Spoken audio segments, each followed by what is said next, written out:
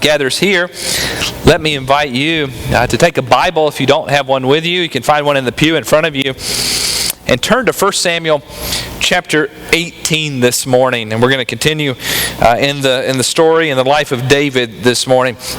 I've got to confess this morning, as a pastor who's been in ministry for 20 years and someone who grew up in church and grew up in Sunday school, I'm still finding things in the life of David that I'm like, did that really happen? I don't remember that part. And so I'm working ahead now. Next week, Doug is going to be here. He's going to be doing a kind of a creative approach to David and Goliath. So we're going back to that story next week. Then for Father's Day, we're going to take a break from the David series and focus on fathers for a day. And then we'll be back in the story the week after that. So we're going to be working through this story, and I'm excited about kind of engaging this story with you this morning. Now, quiz. What did we talk about last week? Anybody remember? And if you're looking at the screen, you probably already know, right? We talked about David and Goliath, right? One of the most familiar passages in all of Scripture. And I asked somebody this week, just kind of testing out where people were. I said, what do you think happened after David killed Goliath? And someone said, he became king, right? A lot of times we fast forward over the part of the story that we're getting to today. David did not become king immediately after killing Goliath. It would make sense though, right? You kill Goliath, you get to be king. But that's not how it works out. And so this morning we're going to be talking about the aftermath of the giant killing, okay? When David kills Goliath, what happens next? So as you're in your Bibles this morning in 1 Samuel chapter 18, we're looking here that there are a variety of interactions and relationship descriptions that happen in this chapter here. And it gives us, I think, a sense of what happens next. In some ways, it's going to seem like a soap opera this morning, okay? David's life is anything but boring. Let me tell you that. It's going to be kind of soap opera after soap opera. But one scholar says this about this chapter. He says, love and hatred toward David is the major theme of this chapter. I like that description. I think that sums it up really well. Because we're going to see on the one hand, love for David is growing and hatred for David is growing. Both at the same time this morning. So as we look in 1 Samuel chapter 18, we're not going to read the whole chapter ahead of time this morning. We're just going to read it together and kind of walk through this together. You might remember at the end of chapter 17, David kills Goliath. He has this conversation with Saul at the end of chapter 17, and then picking up in 18:1. After David had finished talking with Saul, Jonathan became one in spirit with David, and he loved him as himself. From that day, Saul kept David with him and did not let him return to his father's house. And Jonathan made a covenant with David because he loved him as himself. Jonathan took off the robe he was wearing and gave it to David, along with his tunic, and even his sword, his bow, and his belt. Now, I think the author of 1 Samuel puts this here because he wants us to see the contrast between Jonathan's reaction toward David, who is Saul's son, and Saul's reaction toward David. Now, Jonathan and David, we read here in the text, become friends, very close friends, in fact. And if you think about it, Jonathan had every right to be jealous of David, right? Because Jonathan was next in line for the throne. He was the king's son. And you would think that David would threaten this for him after David kills Goliath. But the author of 1 Samuel wants us to understand this is not how it worked out. Jonathan is not at all like his father Saul. In fact, he and David become very close. And you'll understand as we read the story more. Jonathan has his eye on God. David has his eye on God. And so they're able to live not in fear and resentment, but they're able to live in close companionship with one another. The bond is described as one in spirit. And it also says he loved him as himself. That's a good description of what's going on here. Jonathan, again, has a different disposition than his father. And I think that's why we're reading this here. Well, you'll want to kind of remember Jonathan because he's going to come up a little bit later in the story. And we kind of need to understand this part of it. Secondly, we learn from this text here that Saul does not allow David to return to Jesse. So David, while he was the harp player, would go to the palace, play the harp. Then maybe for a season he would return home to the field, watch the sheep again. But now, after he's killed Goliath, Saul's like, no, you're not going home anymore. You're not going to watch his sheep anymore. Well, what's the phrase, keep your friends close and keep your enemies closer? That's what Saul's kind of thinking here. He's going to keep David close by, and he's going to put him in charge of the army. He's going to have him going out, fighting on his behalf. We read here in the text, whatever Saul sent him to do, David did it so successfully that Saul gave him a high rank in the army. This pleased all the people and Saul's officers as well. So David is living kind of in the palace. He's in the army. He's a commander. He's very high up here. And he's not yet king. God's not ready for him to be king. Now, I think after killing Goliath, you can make the case that David deserved to be king, right? And we're going to see how David responds here, and I think it's very telling of his heart how he responds here. David is not ready to be king, but let's go on with the story here. David was a national hero at this point, okay? Teenager who killed Israel's greatest threat. So word spreads, right? And what happens many times when teenagers become famous? It doesn't turn out too well, does it? I mean, think of Miley Cyrus or Justin Bieber, right? You get all this fame, and sometimes it gets to your head, right? Sometimes you think you're so great, the world should just bow down to you. And we see this is often the case, not only with teenagers, but also with adults who experience fame, right? But David is not at all in that place. And again, like I said, David could have responded in pride. He could have said, you know what, I just killed Goliath. And especially what we're going to see happen next. Look at what happens next here. When the men were returning home after David killed the Philistine, the women came out from all the towns of Israel to meet King Saul with singing and dancing, with joyful songs and with tambourines and lutes. As they danced, they sang, Saul has slain his thousands and David his tens of thousands. David is the top news story. David is trending on Twitter, okay? David is in everybody's Facebook feed. In fact, David was invited to host Saturday Night Live. Well, not really, but that's what it would be like today, right? He's popular, he's gaining popularity, he's gaining fame, and again, they're singing a song about him. They're writing music about him. They're comparing him to the king, and they're saying Saul is okay, but David is great, right? Saul has slain thousands, but David 10,000s. He's getting a lot of attention. And look how Saul responds in verse 8. Saul was very angry from this refrain, the song, galled him. They credited David with tens of thousands, he thought, but me with only thousands. What more can he get but the kingdom? And from that time on, Saul kept a jealous eye on David. Saul does not like the new song that they're singing. He's not happy with the top 40 hit, okay? He begins to feel threatened by David. He wonders if David's going to take over the kingdom. Now again, we have to go back to the story here. Do you remember the story? Saul was rejected by Samuel. Remember that whole deal? And Samuel told Saul that God is no longer with you. He's no longer has his hand on your kingdom. And we know that David is anointed by God. And Saul knows this. Saul is not secure in his position at all. And he feels threatened by David. Look at verse 9. I think this is the verse I think that's key here. From that time on, Saul kept a jealous eye on David. The Hebrew word for jealous there could be translated as suspicious. Saul thinks David's going to take him out. Saul thinks that David is going to somehow work this deal out so that he will become king. And if you think about it, David may have said, you know what? I killed Goliath. Saul was too wimpy to do it.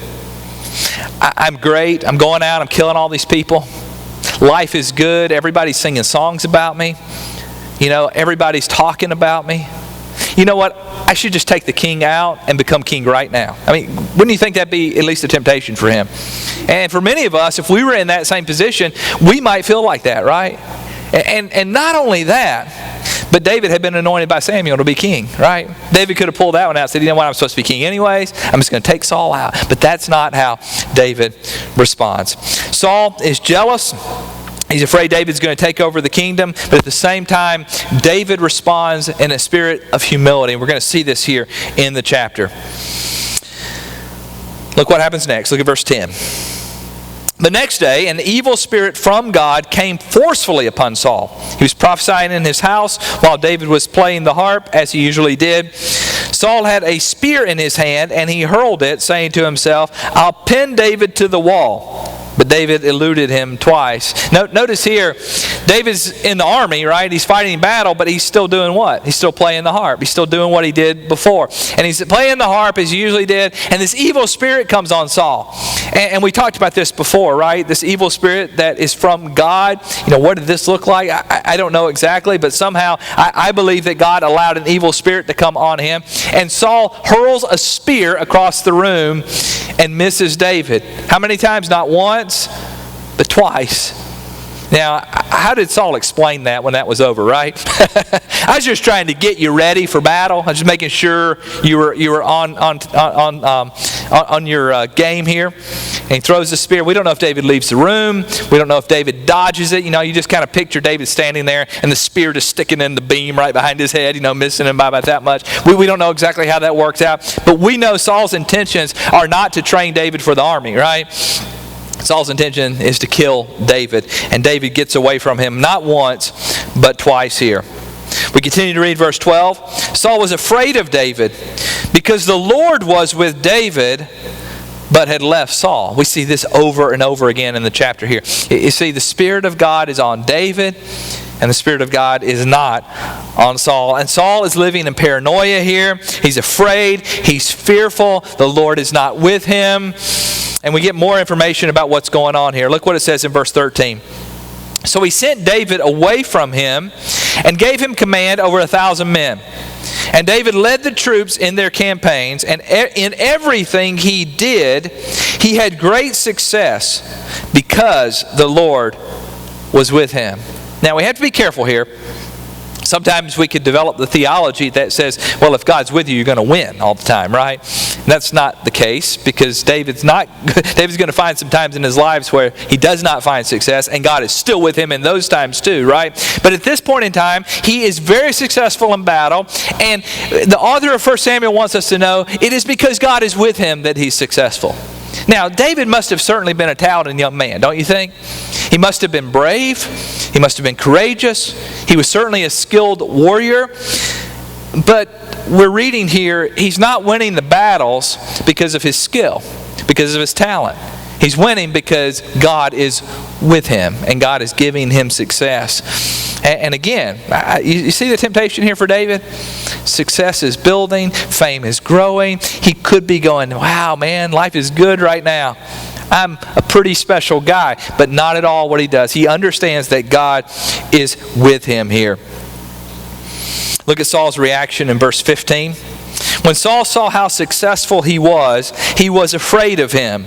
But all Israel and Judah loved David because he led them in their campaigns. Again, Saul is suspicious just as fast as David's popularity is growing. Saul's fear and suspicion is growing. Let's keep going on with the story here. The spear didn't work. Saul was not able to take him out that way. So Saul has another plan. Look at what is going to happen here. And you got to think too, Saul's got to be thinking, if I just kill David, people aren't going to be too happy with me. So I'll have kind of an underhanded way of doing this. Look what he says in verse 17. Saul said to David, here's my older daughter Merab. I'll give her to you in marriage. Only serve me bravely and fight the battles of the Lord. For Saul said to himself, I will not raise a hand against him. Let the Philistines do that. Now, you might remember that when David killed Goliath, what was part of the compensation package there? He would get his daughter in marriage, right? So maybe, this hasn't happened yet. Maybe Saul's going, okay, here's the daughter that you're promised in marriage. But Saul attaches another condition to it, doesn't he? He doesn't just say, here's my daughter in marriage. He said, here's my daughter in marriage, but you got to keep fighting for me if you want her. Look at how David responds here. David said to Saul, who am I? And what is my family or my father's clan in Israel that I should become the king's son-in-law? So when the time came for Merab, Saul's daughter, to be given to David, she was given in marriage to Adriel of Meholah. So Saul seems to be kind of toying with David here, doesn't he? He gives the daughter, he says, if you go out and fight for me, you can have my daughter in marriage. But look how David responds. David says, who am I? Did you see David's posture? Do you see his attitude here? He could have said, yeah, man, I deserve to be the king's son-in-law, right? I'm pretty great, pretty big stuff. So certainly I should be the king's son-in-law. David doesn't respond like that at all. David says, who am I that I should be the king's son-in-law? Even though he's popular, even though he has everybody kind of cheering for him, he doesn't take hold of pride. Rather, he approaches it in humility. You might read this and you might go, well, maybe Merab wasn't too good looking, and maybe David didn't want to marry her, and he's just kind of saying this. I don't think that's what's going on here. David's simply responding in humility here. And Saul says, well, if you don't want her, then I'll give her to somebody else. And maybe Saul gives her to somebody else because of David's response. But I think with what we read next, we see maybe Saul has another plan in mind here. We read here in verse 20, now Saul's daughter Michal was in love with David. And when they told Saul about it, he was pleased. Now, I kind of think maybe Saul had this information before he gave Merab away. Because, somebody comes to him and go, well, David and Michal, they've got this thing going on here. And David really likes her, okay? And she really likes him. And Saul thinks to himself, okay, well, maybe I could use this for my own advantage. And we're going to learn later that Michal is not good news for David, okay? she's not in line with what God wants for him. By the way she responds to him later, we'll see that she's a lot like her father, Saul, okay? But for now, Saul's thinking, okay, Michal's in love with him, so I've got a plan. Now I'll give Michal to him in marriage, and I'll kind of attach this thing to it that will make him have to go out in battle. And very likely, the way that I'm going to work this thing out, he won't be able to succeed, and he'll get killed in battle. That's what Saul is thinking at this point. So keep reading with me. I'll give her to him, he thought, so that she may be a snare to him, and so that the hand of the Philistines may be against him. So Saul said to David, now you have a second opportunity to become my son-in-law. Again, he gave daughter 1 away, and he's using daughter 2 for his own purposes. Look what he does too in verse 22. So Saul ordered his attendants, speak to David privately and say, look, the king is pleased with you, and his attendants all like you. Now, become his son-in-law. Saul not only sets this up, he sends some people in to talk to David, because last time David was kind of responding in humility. He's like, go talk to David, explain to him that, you really can do this, you really deserve this. So they go and they talk to David. And look how David responds in verse 23. They repeated these words to David, but David said, do you think it is a small matter to become the king's son-in-law? I'm only a poor man and little known. I don't know about you, but that doesn't say, what we've been reading here, he's not little known, is he? I mean, he's famous. They're singing songs about him. Everything about him could cause him to be prideful, but at the same time, David is humble, isn't he? David goes, I'm a poor man. I'm little known. I don't even really deserve this. I think this is telling here, and I think this is why God uses David, because David's heart is not a prideful heart. David is humble. So Saul sets a trap up, verse 24. When Saul's servants told him what David had said, Saul replied, say to David, the king wants no other price for the bride than 100 Philistine foreskins to take revenge on his enemies. Saul's plan was to have David fall by the hand of the Philistines. So here's the deal.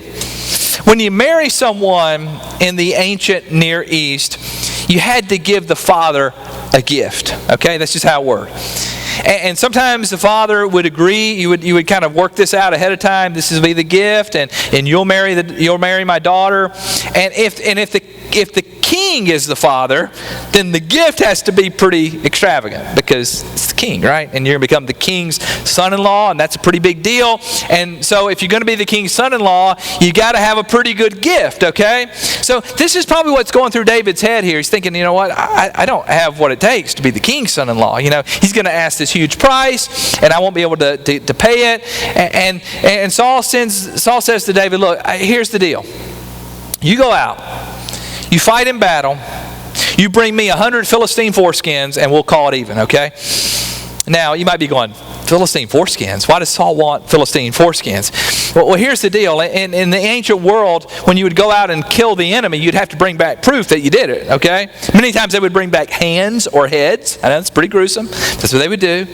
But the people of God, if you go all the way back to the covenant of Abraham, were considered the circumcised people, right? It was a big deal. And the people who were not God followers were uncircumcised people. So they would take the foreskins off of the uncircumcised people to say to the king, these are pagans, right? And it was a way of proving that they killed them. I know this seems kind of crazy for us, but this is what's going on here.